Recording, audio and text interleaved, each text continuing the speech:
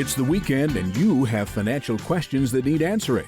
That can only mean one thing. It's time for Jill on Money, the show that takes the mystery out of your finances. Here's your host, Jill Schlesinger.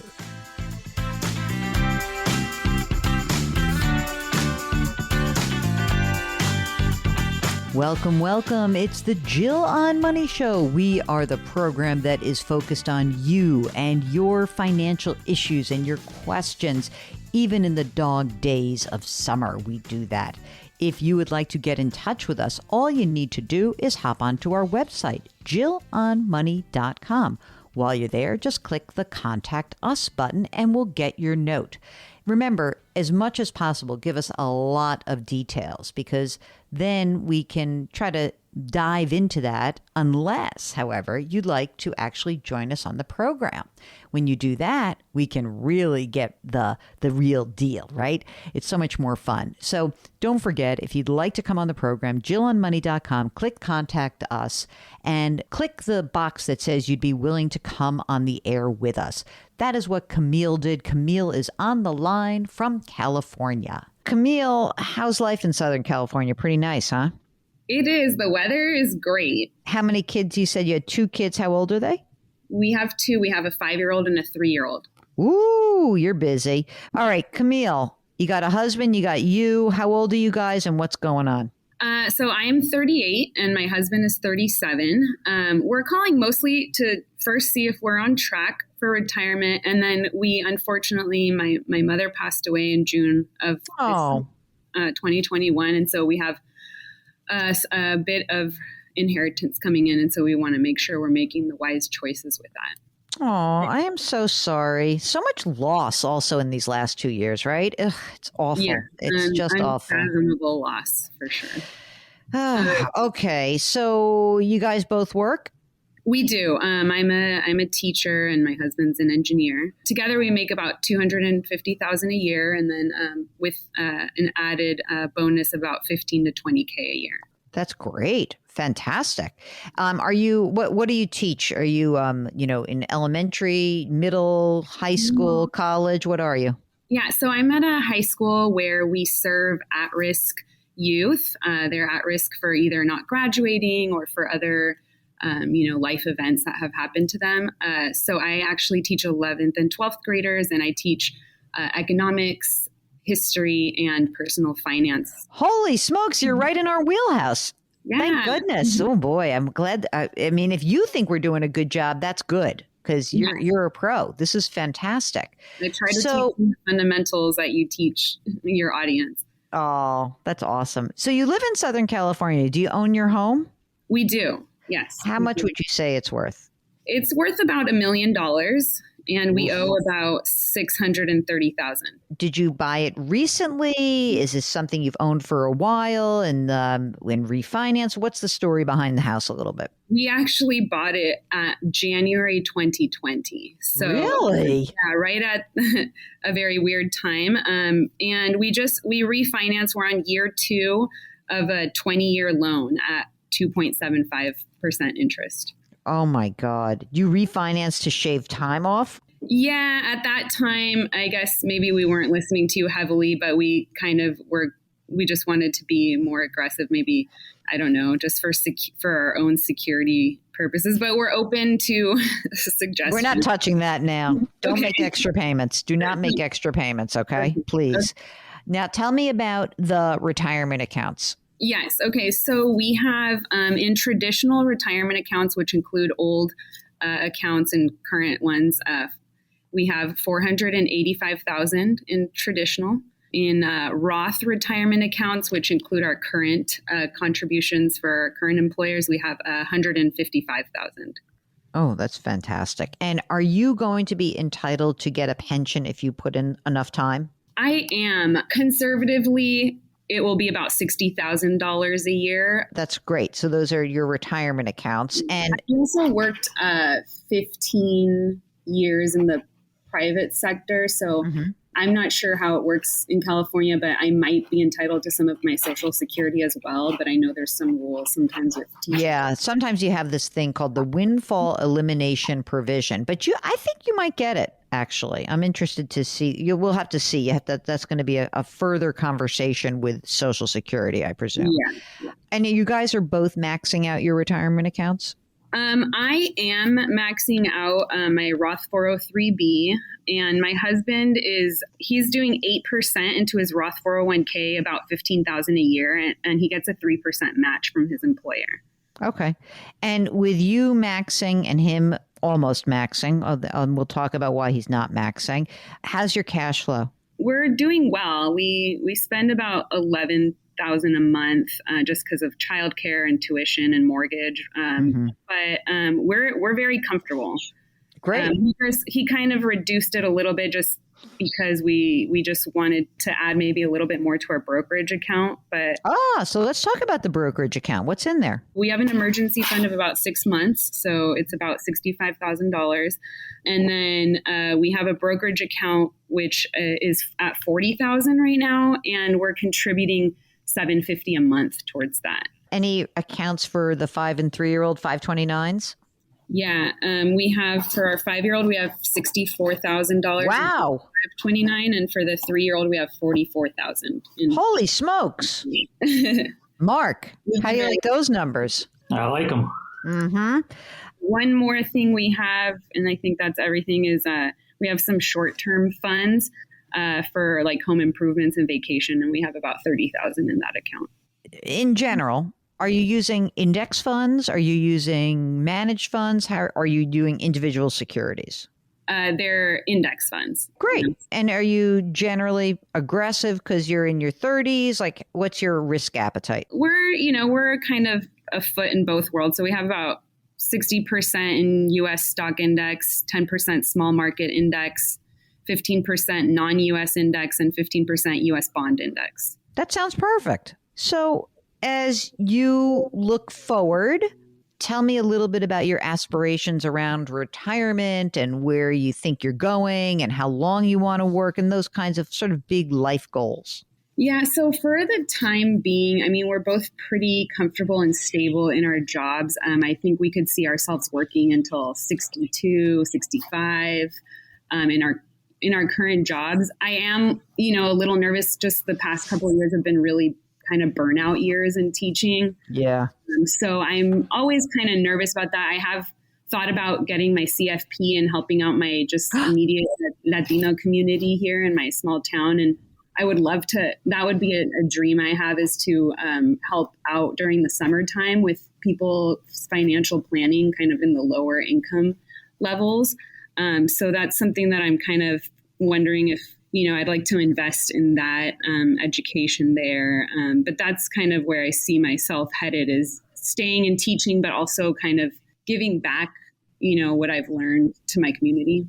You're so great. I mean, not only are you an at-risk youth teacher, but now you're going to give back even more. We'll get back to Camille in just a second. But if you've got a question about your financial health, or you're trying to make a big financial decision, let us know. We may be able to help you out. Go to JillOnMoney.com and click the Contact Us button. We'll be right back.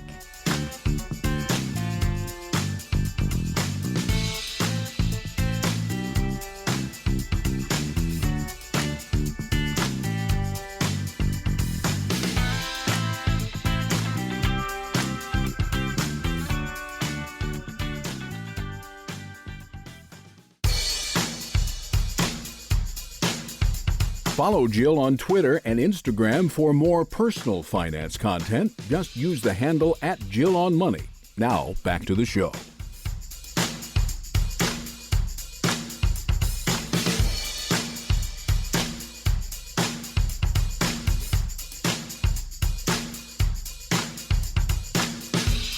You're back. It's Jill on Money. We have a ton of content in addition to this show. First of all, we've got 2 other programs. One is called the Jill on Money podcast, and the other is called the Eye on Money podcast. Both of them are accessible from our website at JillOnMoney.com. But also, I write a blog, and I like to refresh that information pretty often, especially when there's breaking news. You can check out some of the video stuff we've done. And Mark does a fantastic job assembling our resources section. But if you've got a resource that's not on the website, we'd love to hear from you, because sometimes you have just as good ideas or even better ones than we do. So check it out and just let us know. Just hit the contact us button. We'd really appreciate it. Okay, let's get back to Camille from California. Now let's get back to, I think, what the other part of this, which is the inheritance, because it sounds like your mother did a pretty amazing job creating you, this wonderful creature who's doing what you're doing for a career and also wanting to give back. So first of all, do you have siblings? I do. I have 2 siblings that I'm trying to help get, organized with their finances. So basically, we inherited my mom's retirement account. Some of that we've already moved into, our various funds, and there's about $39,000 remaining in the inherited IRA, and my siblings have, theirs. And then we still have my mom's condo to sell, of which each of us will probably get about 80,000. Wow. Yeah. It's a big chunk of money. Tell us a little bit about your mom. Like, what were the things that she would like? Did she have any intention around like where she wanted her money to go besides just to you? Is it something that like, would it be honoring her to, sort of use some of the money from the condo sale to top off your 529 accounts? Like, what do you think? I think she would have loved a mixture of both providing for their schooling and then also just traveling, something that she never got to do. She died pretty young. She was 62.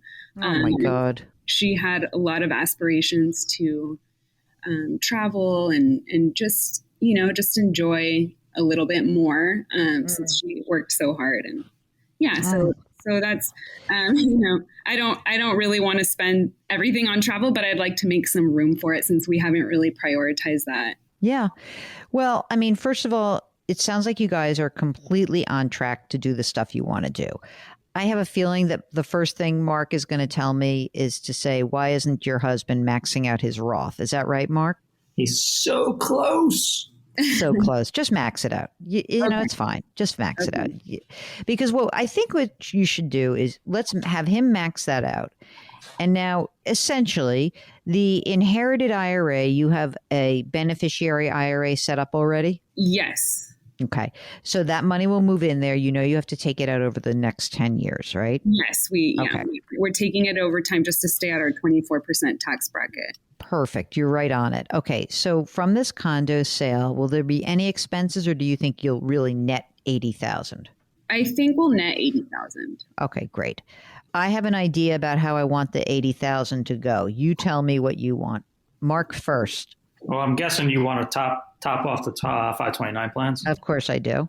But I don't want to do it all. So what if, Mark, how much do they need to have? Are your kids going to go to California schools? I mean, my God, you got the UC system. So do I have to pay for a private university? I hope so. That's our wishes, but yeah, we'll see. How much money has to go into these 529 plans just so they can stop contributing for a while? Maybe if they're both around 80 or so. That's exactly the number I was thinking. So I want to top them off. I want them both to be at 80 grand. So you have 64 in one of them, right? And 44, is that right? Correct. 64 in the 5-year-old, 44 in the 3-year-old. So let's put that money aside. Let's get them both up to 80. Of that, then the next, say, let's put 18 grand in your travel fund. Okay, 70. And then let's put 10 grand in your brokerage account.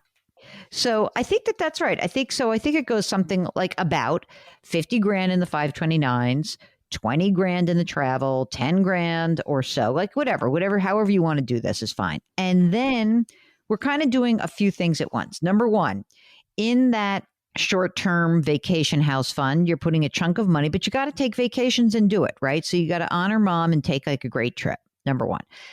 Then we're kind of also taking your husband off the hook from putting more money in that brokerage account by adding that 10, right? So he can go back to maximizing his Roth and he should be a happy camper.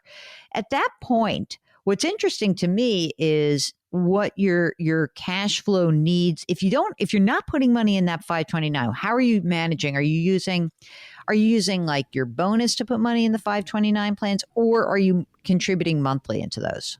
We were contributing monthly. We recently stopped contributing because we thought, oh, we'll just let kind of time do its thing. But we also have the kids' other set of grandparents put $1,000 a year into each account. I don't know how long that'll last, but it's been going on for a couple of years. So that's a really nice. Okay. That's great. So then, even if you wanted to put like 75, you want to top them off at 75 each. And then your rest of your cash flow, I think the cash flow should go something like this. You're both maxing out your retirement accounts. And then beyond that, you stop doing the kids' accounts. You now start putting extra cash flow into the non-qualified or the brokerage account, and you let it rock and roll just like that. And I don't think you need to do much more than that, because the pension is going to essentially fund a lot of your need, right? In terms of the getting your CFP, whenever you want to do that, start doing it. How much does it cost to get your CFP, Mark? If you were to do because obviously Camille is a studier because she's an educator. So if you did self-study on the CFP, how much you think we should set aside for that? It can't be that much money, right? Yeah, I was going to say 7 to 10 grand. Okay. So go do that. I mean, do it when you have capacity to do it, maybe not when you have both kids home. You know, but like when you feel like you're ready to do it, start doing it and don't delay that, because I think that's going to give you it's going to give you a lot of joy to feel like not only you're giving back, but you're building your own base of knowledge. It will help you in your own job, first of all, which is kind of fabulous. But also I think that it is, you have a great interest in this, and why not do it? And I would say that you guys have done pretty much everything very, very wisely. Yes, of course, I wish you didn't have a 20-year mortgage, but you got it, and it's cheap, and so let's not worry about that. Do you have estate planning done? We did just finally we did finally finish our documents. We're just waiting for them to get mailed. We did it online, and we just need to get them notarized. And we do have life insurance policies, about $1 million each. I think you're in very good shape. Mark, is there anything else for us to add to this story? Because Camille has a good story. No, I was going to ask, because travel is a pretty high priority to them. What's at the top of the list? Oh, yes, good question. I think we just want to take the kids camping in local, like state and national parks, and so I guess we could probably go pretty far on that, since it won't be too expensive. You're not a glamper, you're a camper. We're with the glamorous camping. With a 3 and 5-year-old, we're a little bit of a glamper family right now, just because it's more convenient with the little ones. But eventually, we'll just do regular old camping. If you, like Camille, need just a general financial checkup, or you have a specific question in mind, we'd love to hear from you. It's JillOnMoney.com. That's the website where everything lives. And while you're there, don't forget to sign up for the free weekly newsletter. We'll be right back.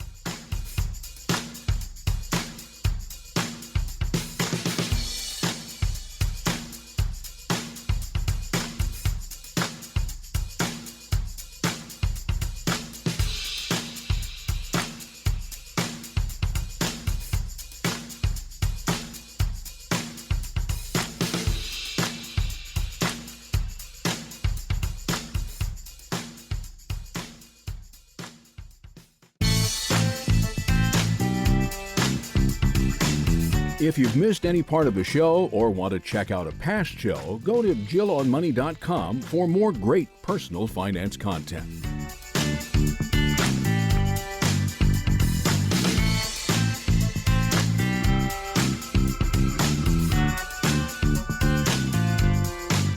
You're back. It's Jill on Money, and it has been quite a topsy-turvy real estate market over the last few years. I know if you've got a big real estate decision to make, we sure would love to hear from you. We get tons of questions about that, and the answers are so nuanced based on your situation. So let's do one of those right now. It is Josh from Canada who's talking about rental property. So Josh, what brings you to our little podcast today? I'm here because I'm wondering if I want to or should sell the rental property that I own. The current tenants are leaving, and rather than finding new ones, I think I'd prefer to sell, to be honest. But I sort of want to hear if that's a good idea or a terrible idea. Okay, so tell us a little bit about you and then the property. So how old are you? I'm 32. Are you single, partnered? I have a partner who's phenomenal, but right now, our financial lives are pretty separate. We kind of just split expenses. Okay, but you live together? We do. Yeah. Okay, and how old is partner? She's 33. Okay, and the rental property is worth how much right now? Well, a bunch of the Canadian real estate market is kind of crazy. So it's worth probably between 1.2 and 1.5 million. Whoa. Canadian. How much did you pay for it? Maybe this is part of the complication. I actually, my father passed away and I inherited the house. But it was paid for 38 years ago now for like 125K or something. Okay, so when he died, was there a tax due on that property for you? You have to explain estate tax and the Canadian law to me. I am probably not the best person to explain that, but the taxes were paid. The taxes that were due upon his passing were paid. And it wasn't actually because it was his principal residence and because it was a farm property purchased before 1986. There wasn't really tax due on the property. There were taxes kind of due on a lot of his other retirement assets and stuff. But but when you sell it, will there be a tax liability that you have to pay? I want to figure that out. I don't think so because the farm property exemption kind of applies up to capital gains of $1 million. And when he passed a couple years ago, the assessed value the reassessed value was $850. So there could be some tax due. But it won't be a lot, I think. Okay, I gotcha. Yeah. And if you were to, even at the low end, let me make sure I do my math the right way. 1.2 Canadian is like $1 million US, right? Yeah, about that. Yeah. About that, yeah. Where do you live currently? Do you own or do you rent? We're renting in Vancouver. Would you and that's want part of it too, is sort of like having a rental property that's 3,000 kilometers away is not great. So do you think if you were to sell this, could you use the proceeds and would you want to buy something, to live in for you guys? I would probably, we're not 100% sure where we're going to be living in a couple of years. So I would probably kind of just sit on the money. And this is part of my question too, is if I sold, what should I do with it? And my thought, or my current thinking, I guess, would be to kind of just like put it in a bond fund for a couple of years. Once we know where we're going to live, we would then use it to buy. Tell us a little bit more about other money that you guys have saved so far.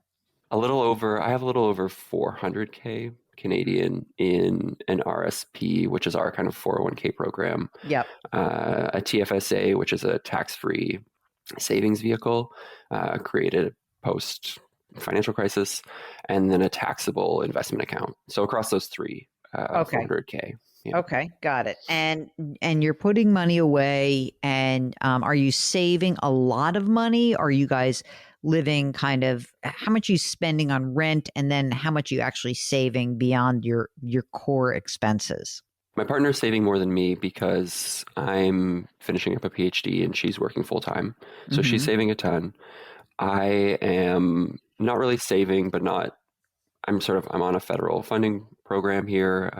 So I'm not saving a ton, but not kind of dipping into savings or debt or anything like that. So when you're done with your PhD, how much do you think you'll be earning?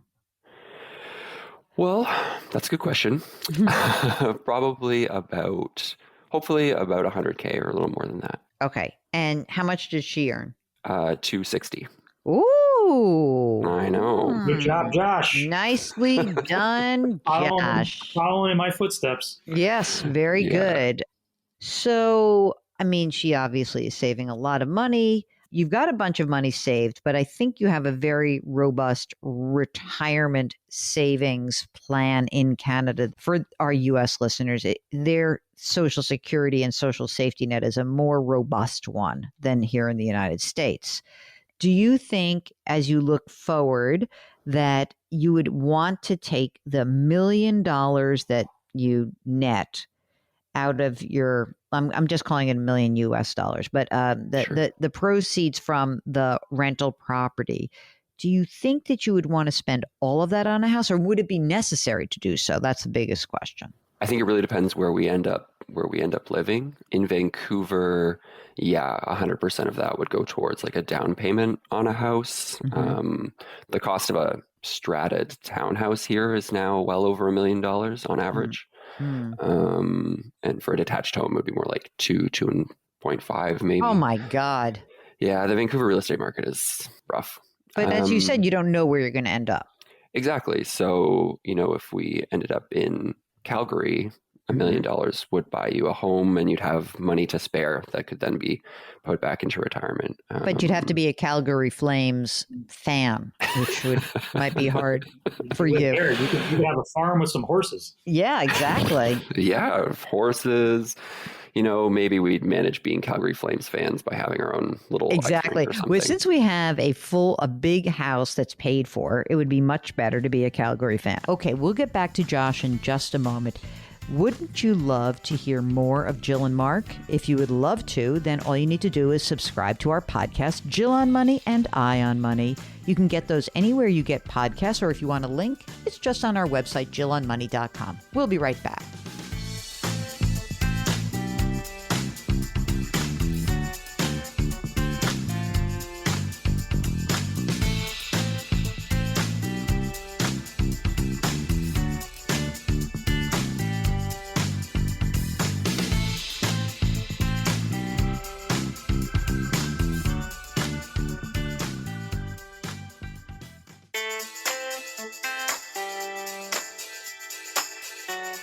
Twitter, Instagram, Facebook, YouTube, she's all over the place. Go to JillOnMoney.com to find it all. Now back to the show with Jill Schlesinger.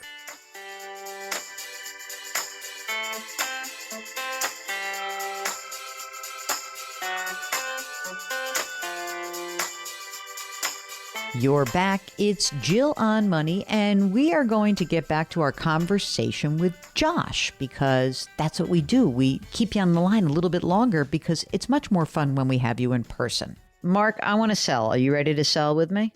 I'm ready to sell. I was going to ask a couple of the questions. Josh, so you grew up in this house. Any other family members around that are, kind of pushing you in other directions? On this side of my family, I was the only child. On the other side, I have a couple brothers, but so I mean, it is up to me, I guess. And I did grow up in the house, which makes it a little sad to sell. It's why I didn't sell right away. But I think now I'm kind of ready to let it go. Sell it. It's time to sell. Time to sell is right. I think the bigger question for me is that's the easy decision, actually. The what to do with the money is harder for me, because, as you said, there's a lot of moving parts to what happens next. I guess that having, you do have some money in cash. I would probably keep a nice chunk of money in cash until you start making money yourself, right? In a year or so. I like having some bond investments, but I feel like, is there a possibility that this purchase of a home happens before 5 years? Before 5 years, yes. Probably not before 2 or 3. Because it really, if it's 2 years, I'm really going to be very conservative with that money. Really conservative. If it's 5 years, I could almost build I could build a bond portfolio and even put some equities in there, maybe even 20%. I'm a little concerned that all of this happens in a time horizon that we just can't control so much. So when we don't know the time horizon, what I would say is you'd want to be more conservative rather than less.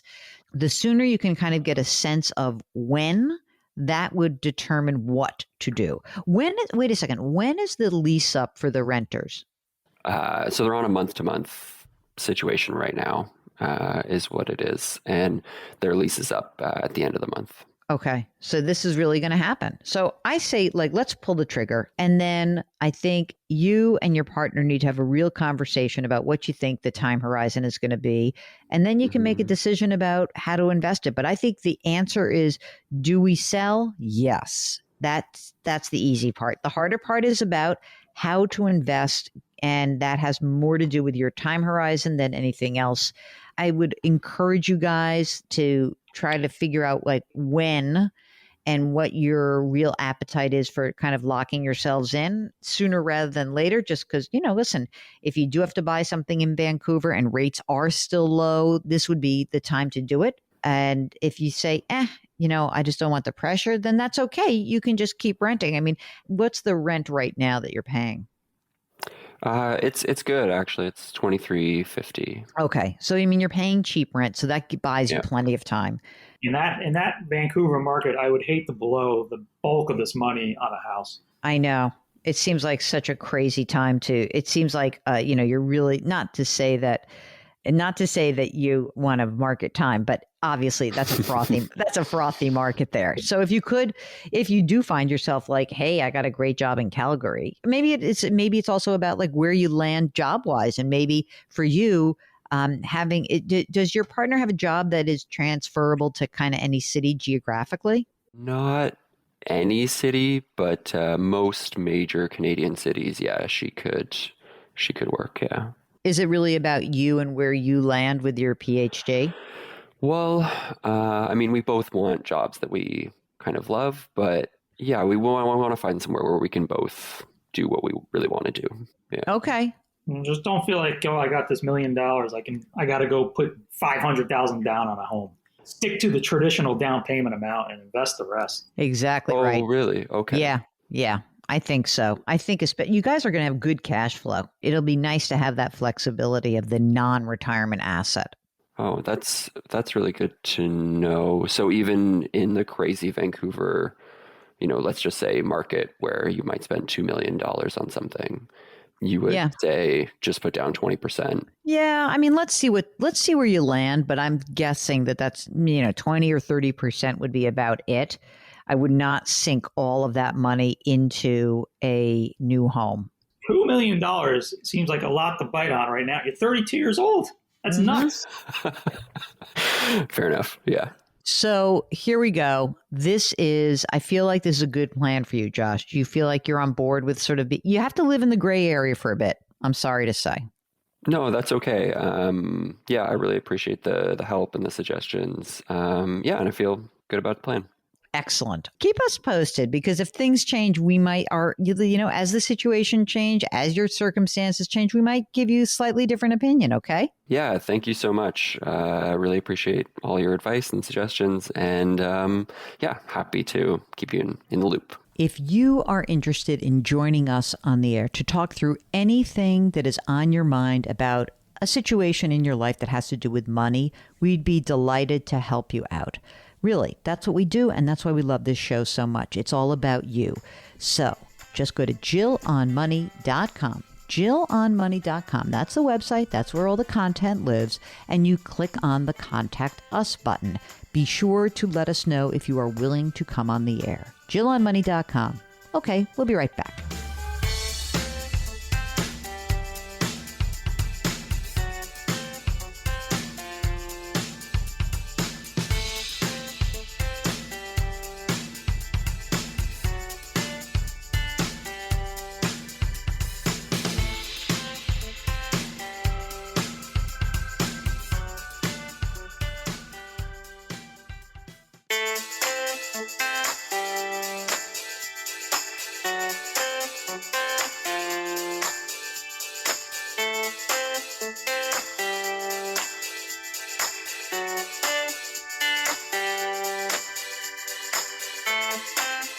You're back. It's Jill on Money, and we have just a little bit of time, let's do an email from Catherine, who writes, I'm a single woman. I purchased my first home in June of 2021.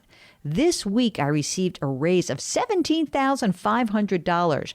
I'm scared of increasing my spending and not investing in my future. I wanted to know, where should I direct this extra money? How do I manage the increase? You know what I think, Catherine?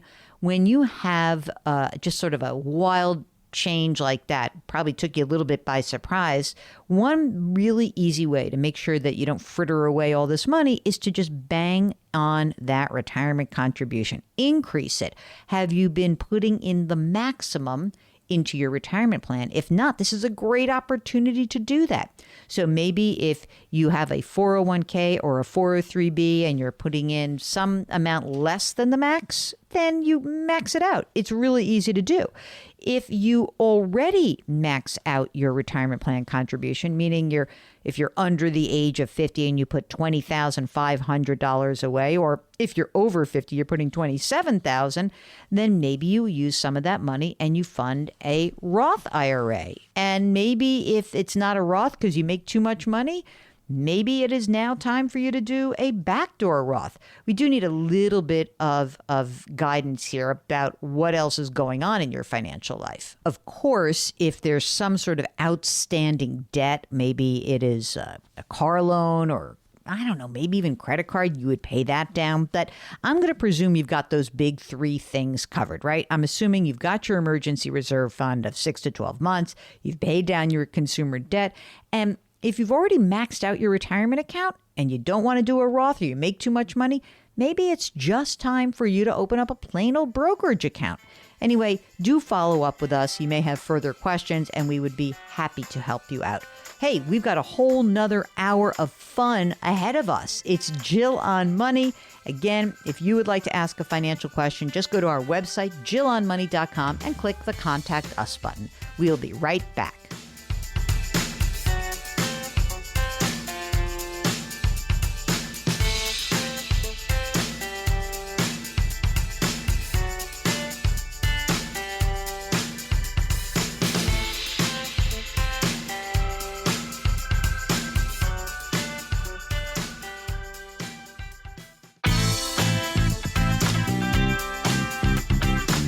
It's the weekend, and that can only mean one thing. You're listening to Jill on Money, the show that takes the mystery out of your finances. Here's your host, Jill Schlesinger.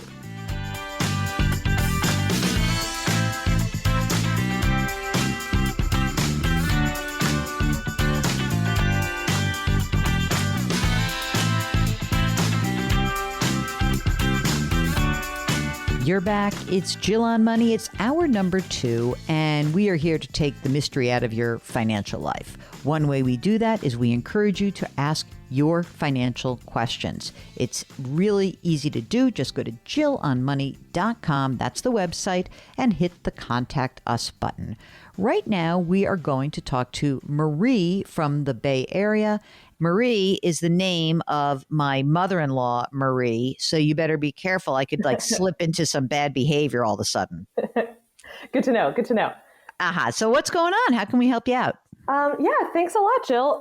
So I was poking around my 401k distribution this year to see if I needed to scoot stuff around. And I noticed a button that I hadn't seen before. So I use a Roth 401k at work, but I know that my employer match is not Roth. Mm-hmm. And there's a button called View or Change by Source. And when I poked around, it looks like I could choose to direct my pre-tax money differently than my Roth money. Mm-hmm. So right now, by default, everything just sort of falls down by the normal allocation. And I've tried Googling this so many times that I just get so paralyzed between Roth and pre-tax, whether should one be bonds, should one be stocks, should one be high growth. So yeah, I was like, should I click this button? Should I move stuff? So I figured I'd call an expert. Oh my God. Don't click the button. I'm just kidding. Tell us about yourself, Marie, and then let's go through some of the options that are out there. So Marie, how old are you? 33. Oh, nice and young. How much do you earn? Base salary is around 165. Mm-hmm. I get a bonus, so this year it should be around 20. There's also some stock benefits kind of sprinkled in. So mm-hmm. stocks at vest, and then I do the employee purchase plan. So that sort of turns into a slightly unpredictable mini windfalls kind of throughout the year. How much is that usually in most years? Nothing crazy, but like, what do you usually count? Is it 15 grand or 50 grand? Like 1.5 or 5.0 or anything like that? I'd say like 30. Okay, plus 30 stock. And so you're buying the stock through the employee purchase plan, and then as it vests, you're selling it every, when it's available, through when the window's open for you, right? Yeah. So I can like sell the ESPPs immediately, but I've kind of got myself into a calendar where I hold them for the 2 years for the better tax benefit. Yep. And the stock's gone up enough that's been okay. And then just every 6 months at that point, I sell whatever 2 years ago's. Yes. Is. Got it. And I kind of just like, don't look at the price. I just like, whatever. My calendar says I sell, and I just sell when my calendar tells me to, which has saved me a lot of angst about the process. So highly recommend that. That's great. And also it's not like it sort of saves you. And then also you don't have to worry about like, oh, I'm going to try to time the market. Right? Yeah. Like, so come on. Okay. So you're 33 years old. Do you have a partner or a spouse? Yes, I am married. Okay. And what does that person do? Or let me just say this. How much does that person earn? I don't really care what they do. Their income is kind of in between sources at the moment. So zero. Zero's not exactly the amount of money that I was hoping to hear about, but okay. But this is a short-term thing, you think? Yes, it's a short-term thing. And in the meantime, they do quite a lot of, I do zero unpaid emotional labor at home. So, ooh, are there children at home? Not currently, but they are we're planning. Ooh, this is exciting. Tell me more. What are we planning for? Many? Two. Two kids are coming in the future. Yes. Hopefully. Yes. Okay. If all things align. Marie, do you and your spouse own a home? We do not. We are renters. Slight curveball. I do co-own a duplex with my sister. So I'm a landlady. So I'm a landlady who rents. But I rent out my half of the duplex. Oh, how much money does that generate for you? Like on paper, about $1,000 a month, but we sort of pay ourselves. We have a little like in case the roof falls down fund. So yep. I then hold on to maybe like $500 a month. And I just keep that in its own little account. Is this also in the Bay Area or is this in a different part of the country? Okay. Also in the Bay Area. And how much is the duplex worth? Definitely over $1 million, maybe 1.2. Why don't you guys live there? For sibling harmony. Does she live there? Yes, she lives in her half. It works out right now that with my rent, like I'm not losing money not living there. Oh, well, thanks a lot. Like, that's the hurdle. I'm not losing. I've got 600. Okay, wait a second. First of all, what's the mortgage outstanding on this? 600 something. I didn't look up the exact. Okay. So in other words, you have $300,000 of equity and I should be happy that you're not losing. Yeah. Are we going to get into some family dynamic here? I'd love for you to share this. I think there's more to the story. Yeah, exactly. Well, it's when you share a roof and a floor and you hear, I don't need to hear every one of their conversations. I don't need them hearing every one of my conversations. My God. Okay. But you can't do anything with a duplex. I mean, that's a lot of money to have tied up. So yes. I hope that you're really rich otherwise. Tell me about your other assets. And also what's your rent right now? $3,200. Oh, that's cheap. How'd you get that in the Bay Area? We moved kind of in the winter of the pandemic last year when nobody was moving. So I think we had some spooked landlords who were like excited to get somebody in their house. That's great. That's great. Now it's like, well, now we can't move. Yeah, exactly. You're stuck there. Okay, Marie, what's in the Roth 401k right now? How much money? About 310. Okay, and what's in your traditional 401k? Well, I guess so. Like that's the whole 401k. I guess the Roth portion is 215, and the traditional is 95. Okay, got it. And what about other investments? The stock purchase, so how much money is out approximately? I know this is this is variable, but how much money is in the stock right now? About 90. And do you guys have an emergency reserve fund? I'm not talking about the fund for the duplex, but the actual emergency reserve fund? Yeah, we have about 55 in cash, 30 like just for emergencies and 25 for like whatever the tax bill is. And if we want to go on a trip and like if the car breaks down, like Got it. more Okay. predictable emergencies. And how about other investments outside of retirement for you? Well, we do have Roth IRAs. And so how much is in between there? the two of us, about 100. We just made our contributions this year, so we're doing backdoor Rothing. And then otherwise, I have about 300 in a smattering of robo brokerages. I think it would give Mark a heart attack to see that I have three. I have three robos in parallel. Oh, boy. Mark is not a happy man right now. I know. I signed up for all of them when they first started to see which one was better, and now like the switching cost is too high. So I'm just gonna wait till whenever I like buy a house and sell them, that I'll like. Wait a minute, I didn't know that there's a cost to get out. No, it's just the like emotional. Like I gotta fill out a form and sign a thing. Oh, for God's sake! Hold on a second. We'll get to that in a second. So, which are the three robos that you use? Elevest, Betterment, and Wealthfront. We'll get back to Marie in just a second. If you've got a Roth question or any other remotely financial question, we'd love to hear from you. JillOnMoney.com is where you can get in touch with us. Just hit the Contact Us button. We'll be right back.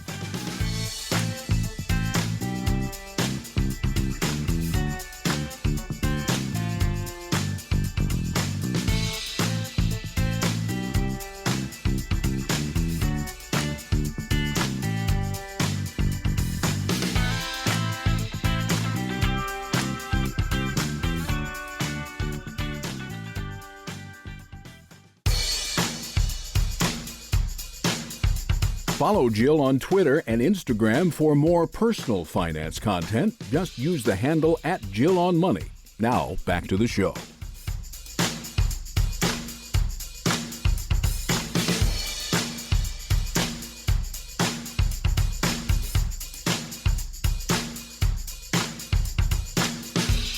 You're back. It's Jill on Money, and we are going back to talk to Marie from the Bay Area. Does your spouse have any other old retirement that's kicking around from when they were working? No, he just has the IRA. He was always self-employed before. So okay. He gets benefits through you, right? Yes. Okay. So that's it for the assets. So we run everything down. Is that all I need to know about? Is there some Bitcoin floating around, some Ethereum in a secret drawer? Oh yeah, I do have a tiny little play account with a couple $1,000s of a couple of cryptos. Okay. And I've got like a tiny Robinhood account that's just to like scratch an itch, but it's again like $3,000. Okay, so between the two, like $5,000 total. Sure. Play account Robinhood. Okay. All right. So do you anticipate that you will be buying anything else in the future, or are you going to stay as renters for now? Just the way the Bay Area housing market is going, we'll probably stay renters for a while. Like whenever I do the rent versus own math, it just like doesn't make sense to own, especially like with some experience of some of the annoyances that come with owning. But like rents are changing. So we're kind of on the bubble of which of those matter. We'd like to own at some point. It'd be nice to like paint a wall and like kind of get settled in the way that ownership lets you get settled, like, landscaping and all that. Sure. So we'd like to, but I don't know, a place just sold. It's like an 800 square foot place that sold for 1 point something million. And like, I'm just not, even if I had that money, like I can't buy an 800 square foot house for over $1 million. So just it seems stupid. I get you. Okay. Is there any possibility that your sister would buy you out of the duplex? I think that's unlikely. As I say, there's only so much that we can do. If you've given me the construct, like that's not happening. Okay, we're not doing that. Okay, yeah, it's but now creative solutions around it. But yeah, I think right now it's that's not happening. Yeah. Okay. All right. Let's go back to cleaning up some of this crap. Where are your Roth IRAs held? Vanguard. So here's what you're going to do. You should open up a Vanguard account. And just move all that $300,000 from Elvest, Betterment, and Wealthfront. I don't even know why you need that. Why would you need those? What's the difference? Like, why do you need those three? Are you uncomfortable managing your own money? You're managing your Roths, right? Yeah, I think for me, because I started them like years ago, back when kind of like they were a thing, and I was just sitting on a bunch of cash. And so when the choice was like, they just had such easy user interfaces that I invested at all. In a perfect world, I would self-manage in Vanguard, but they've made this easy enough that I actually do it. And so that's kind of what got me on all of them, but I couldn't decide which one, so I picked all three. Yeah, I think now I have my portfolio is of a size where it would just be easier to shove them all in Vanguard and pay the small fee. So let's just for fun, Mark, this is a fun thing to do. What is the thing that you like about each of these platforms? Like, what's the best thing about Ellevest? Honestly, like some of their portfolio, like just kind of the value driven, like some of their portfolio offerings are like not necessarily going to make me the most money, but are doing good things with my money, or at least like match my values as far as like fun, small community oriented places and environmental places. And a little ESG. Okay. Betterment. What's the best thing about them? Honestly, Betterment, it's mostly that it actually is really hard to get your money out of them. You have to like fax something. Like are you kidding me? No, like you can't do like an ACH. It's hard. It's just hard to transfer the money out. So I feel a bit more trapped in that one, frankly. But FYI, that's of course why you should make that the number one. The first thing you should do. Okay. Wealthfront. What's good about them? They've got like a really fun interface. Like they've got kind of a neat, they're the only people I've seen that do kind of a layperson chart out what your financial future looks like. And you can put things in like in 5 years, I want a kid, and in 20 years, I want to college. And they actually like forecast that kind of stuff out in a fun way. So how much does Wealthfront cost these days? I think it's the same 0.15 or 0.25. Yeah, it's like 0.25%. Well, here's the good news. This $300,000 plus your Roth IRAs, you could actually sign up for Vanguard Personal Service Advisor. You can actually get advice. You could use their robo if you want, and their advice module as well. So that's something to consider. I think that would be worth it if you just wanted another set of eyes. Move everything to Vanguard. I'm going to just tell you, just flat out, I'm hearing this, like, you know what you need to do. Let's get this done. That's number one. The stock you've got the game plan for. Perfect.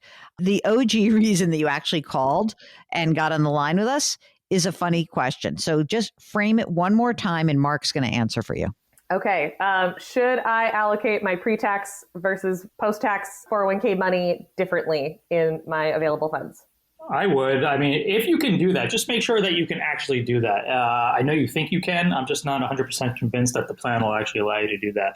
It's like, I can send you a screenshot of what it shows like. It's like pretty... It looks pretty unambiguous. I think it can. Yeah, send a screenshot. I'd like to see it. But if you can, I would probably. I mean, the way I personally do it is I put my bonds in my tax deferred account. So I would put that in your pre-tax account. The Roth, I would keep probably 100% equities. If that doesn't take care of the entire allocation that you're looking for, then you can put the remaining of the equities also in the pre-tax.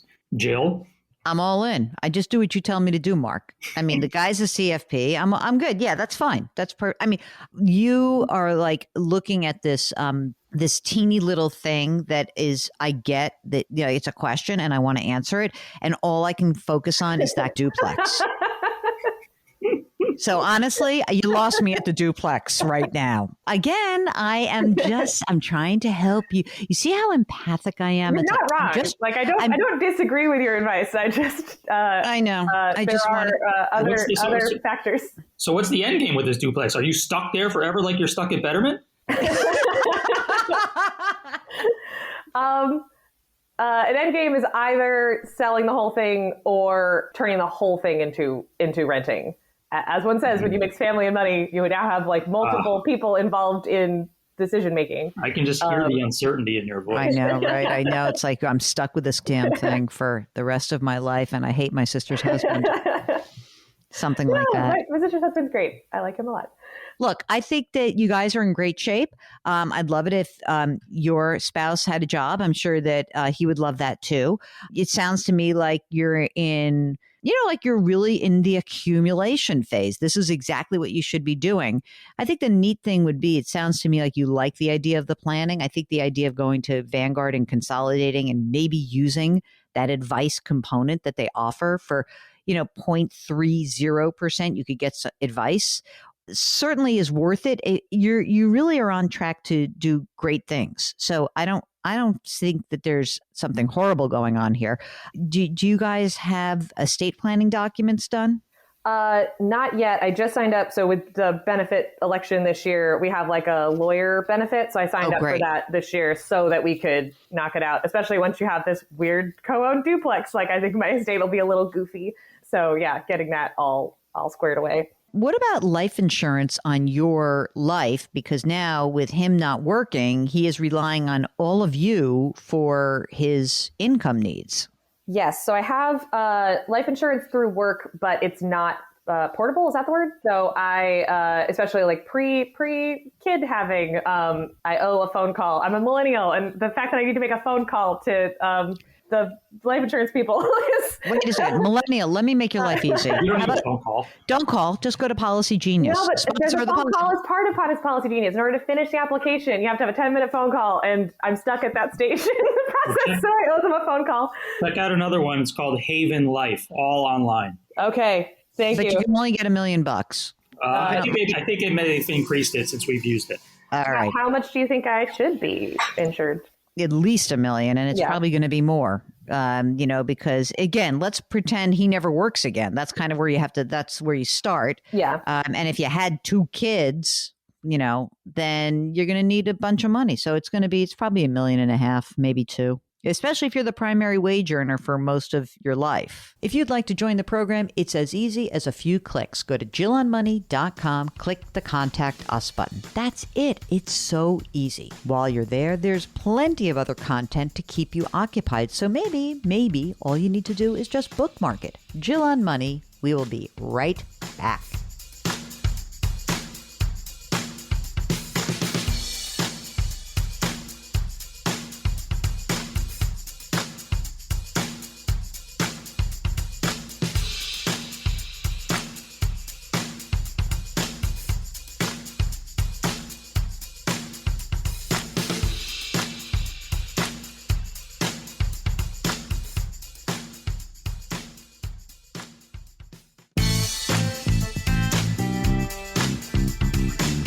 If you've missed any part of a show or want to check out a past show, go to JillOnMoney.com for more great personal finance content.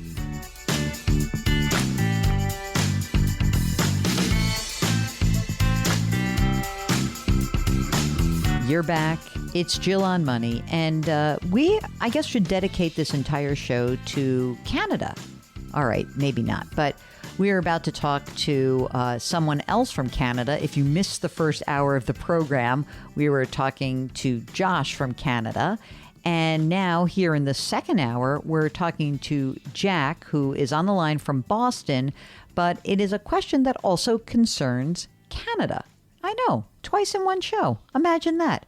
So let's talk to Jack from Boston. I have 2 kids, 10 and 4. And I sort of have an interesting circumstance. I have dual citizenship for U.S. and Canada. My father was born there and is still a citizen. Both my wife and I both have undergrad and graduate advanced degrees, and we're sort of projecting that our kids will go down a similar kind of path. With the cost of school these days, or college these days, is just going up and up.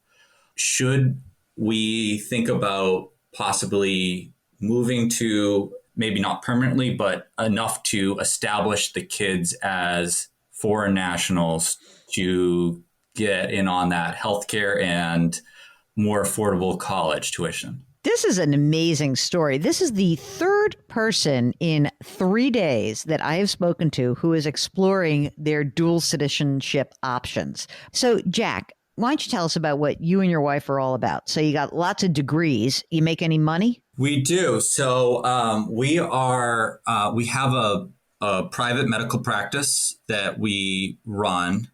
And I also, now going on 2 years due to the pandemic, I also, my undergrad was in engineering. So I also have a engineering position with a small engineering firm that I can do remotely. Wait a minute. You're doctors, and you're a doctor and an engineer?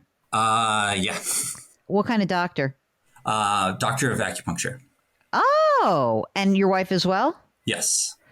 So let's talk about the private medical practice first. So could you do that in Canada or not? I possibly could. Easier because I am a citizen, so I could possibly do that, but more likely I would do the engineering because that can be done remotely. Let's first start with today. Yeah. The medical practice plus your engineering side hustle. How much are you earning as totally as a family? Medical practice total revenue is probably about 250, but we put a lot of expenses on that business, so that covers quite a few things. So after netting that out, probably about 150 from that, plus another 80 to 100 for the engineering. So let's say that you ditched the medical practice completely, like that we don't actually have any of that money coming in. Mm-hmm. And you were a full-time engineer Mm-hmm. working remotely in Canada. How much could you earn? No, that would be the same. I have a W-2 from the engineering firm. But, I guess I was wondering, could you earn more? Like, because are you doing 2 full-time jobs? Is that what's happening? I took a step back in the medical practice. I treat a few nights a week. I don't treat every day. I see. She treats, I do the evenings. Yeah. That's a lot of work. Yeah. That's a lot. Mark, how do you feel about having the engineer acupuncture dual income now and then going just to the engineering? How do you think that that's going to work for them? I mean, I think it's going to work, but I think it's more a matter of the lifestyle preferences. It's like, are they happy where they are? So are you, Jack? First of all, obviously you can thrive in lots of places, right? You're making a lot of money. The practice is making a lot of money. Yeah. And frankly, you could essentially say your wife is the acupuncturist and you can be an engineer and you can stay in Boston and that's whatever the area and you'd make a good living. And, you sounds like you're doing pretty well. I mean, do you own a home? We do. How much is it worth? $900. Is there a mortgage outstanding? $365. And what about retirement? Do you have stuff through the practice? And then are you also putting money in retirement on the engineering income? Yes. So the engineering side's, I have a simple that's maxed out. That's through Fidelity. Then we each both have been able to max out our Roth. Last year, because of the increased income, we also added in SEPs for each of us. So last year it ended up being about $9,500 each. Oh, that's great. Yeah. That's great. The kids are 10 and 4. Are they in private or public? Private. Is that forever? Like you can't send them to public school? Probably, yeah. The in-laws help with it. Oh, good. Yeah. And are they nearby? Connecticut. The thought wouldn't be necessarily moving immediately. This is more of a longer term as they're getting closer to high school. It's going to be a lot harder to do it then.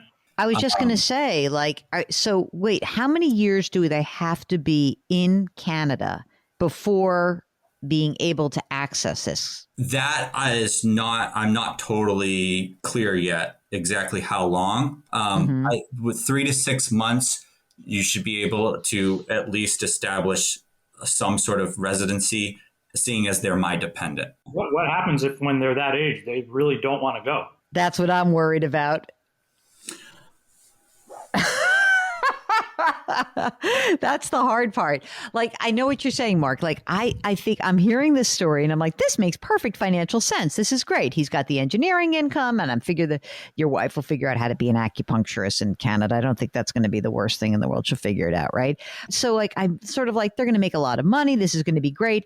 But I feel like you sort of have to be thinking about doing it sooner simply because I'm kind of worried that like, if you wait, then the kids are more entrenched. We'll get back to Jack's question in just a second. But if you've got a question that involves a big, huge decision like this, like moving countries and changing schools for your kids and all of this kind of stuff, we encourage you to get in touch with us well before you're going to make that actual decision. We'd love to hear from you. Just go to jillonmoney.com. That is our website. Hit the Contact Us button and be sure to give us lots of detail and do let us know if you would like to join us on the air. Okay, jillonmoney.com. You get it? That's the key to everything. We'll be right back.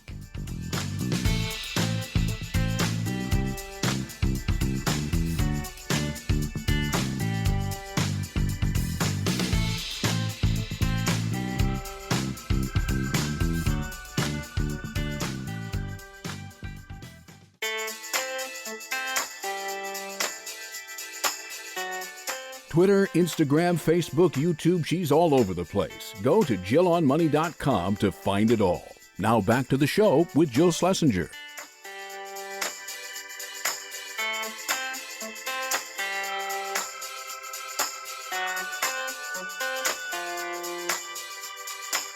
You're back. It's Jill on Money. We are here trying to help you navigate your financial journey.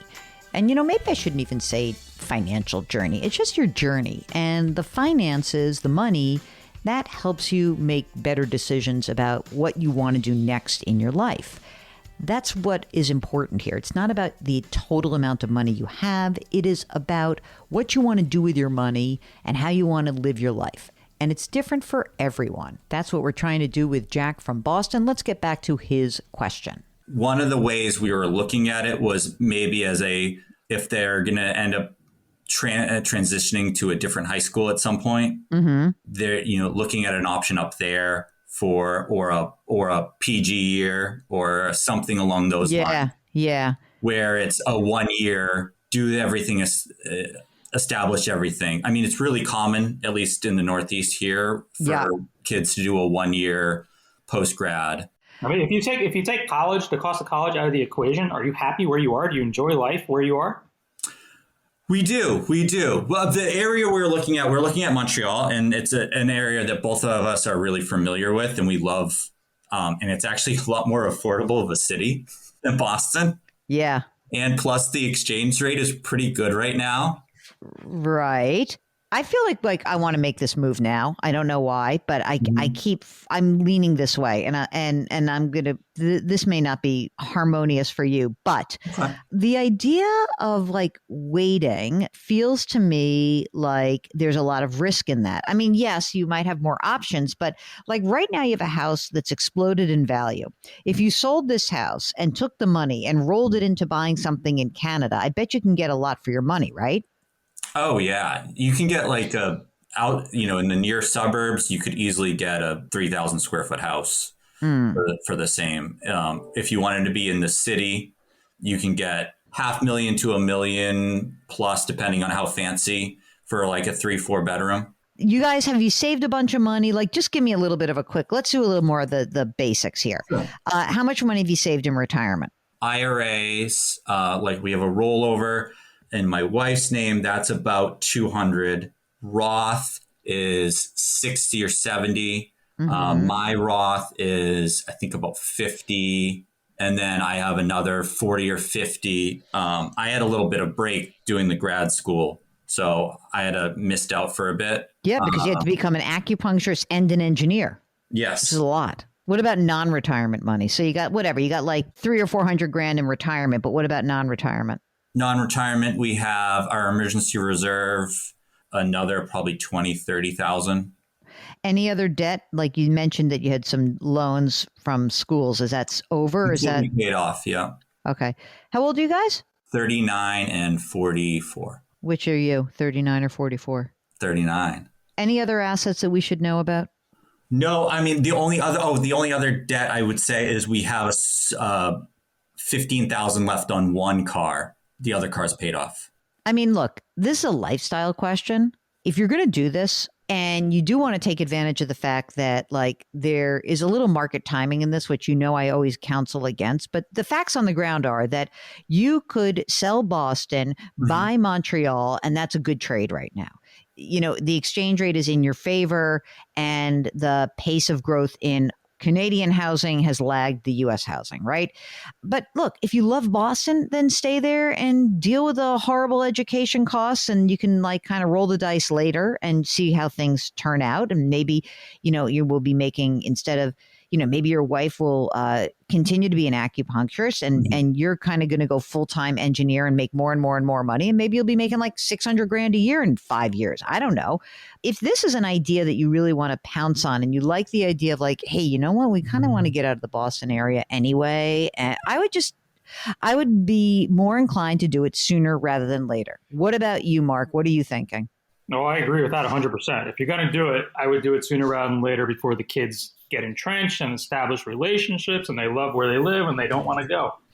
Yeah, it's very hard. I have a very good friend who is Canadian, and she has a huge job at a corporation, and she tried to move her kids to the U.S. because she was making so much money, and tried to move to New York, and the whole thing backfired. It was it was bad for everyone. Let me just say that. I will laugh when they move back to Canada and later on one of the kids is adamant about going to Boston College. Yes, exactly. That's exactly right. Like My brother-in-law is a BC alum.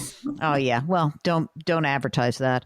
Okay. So I think that, look, you're in great financial shape right now. You're in your accumulation phase. Mm-hmm. I mean, would it be great to kind of save yourselves the 300, like let's say $500,000 to $600,000 of the cost of the college experience? Yes.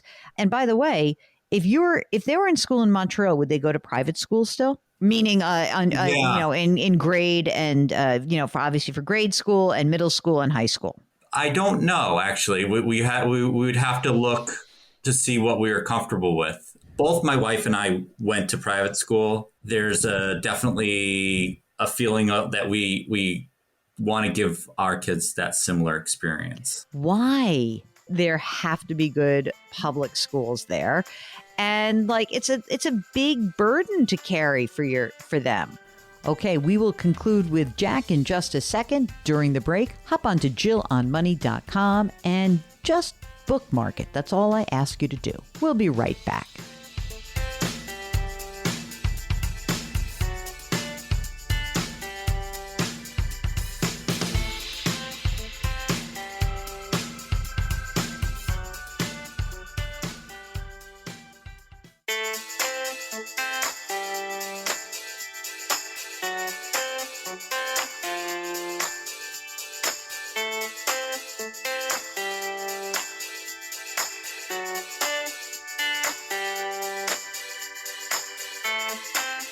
You're back. It's Jill on Money. Let's conclude with our listener, Jack. You think you're so much better off because of that private school experience? I do. So I got scholarship. So I definitely really, really benefited. So my father came as an immigrant, didn't speak the language, dropped out of school and started working. Where was he an immigrant from? From Canada. Oh, you mean that here in the U.S.? Yeah. So he moved down. He was from the French speaking on the coast. So he comes down, he comes to work. You got this family. You get to go to fancy private school in the Boston area? He worked at one. Oh, I see. Interesting. Okay. And your wife's family has a few bucks. They're helping with the private school. You're snobby about education. So maybe you want to you want to allow your kids to have that opportunity. I get it now. Okay. All right. Yeah. I don't even know what to say. Mark, what am I missing here? I mean, I guess that your main question is, should you do it? If you want, I mean, it's a great idea to be able to do it if you feel like you want to raise your family in Montreal. I think that if you really think that you are inclined to do something like this, we would probably say sooner rather than later. Okay. Otherwise, if you want to roll the dice, nothing bad's going to happen. This is such a weird question because it's like this big lifestyle question, but it's exciting and scary at the same time for me to hear these kinds of questions. Like, meaning I'm scared for you. Like, I don't want you to make a mistake, but how big a mistake are you really going to make? If you do it, I think it's going to work out great. And if you don't do it, I think it's going to work out great. How about that? Boston's not going anywhere. So, I mean, it's always an option, if we needed to come back for whatever reason. I think it's exciting and scary, like I said, but I think that we've given you some ways to consider it. How about that? Oh, Jill, just so you know, because you love to ask, we have all our wills. Oh, yes. Insurance, power of attorney, disability. We have all that. Yeah. Perfect. That's great. That's all I wanted to hear. That's a beautiful thing. Okay, that's it for us today. If you, like Jack, have questions, go to JillOnMoney.com and just click the Contact Us button. Our music is composed by Joel Goodman. Mark Talercio is our executive producer. And here we encourage you to try to put your hands metaphorically on someone's back. Thank you for listening, and we'll talk to you next week.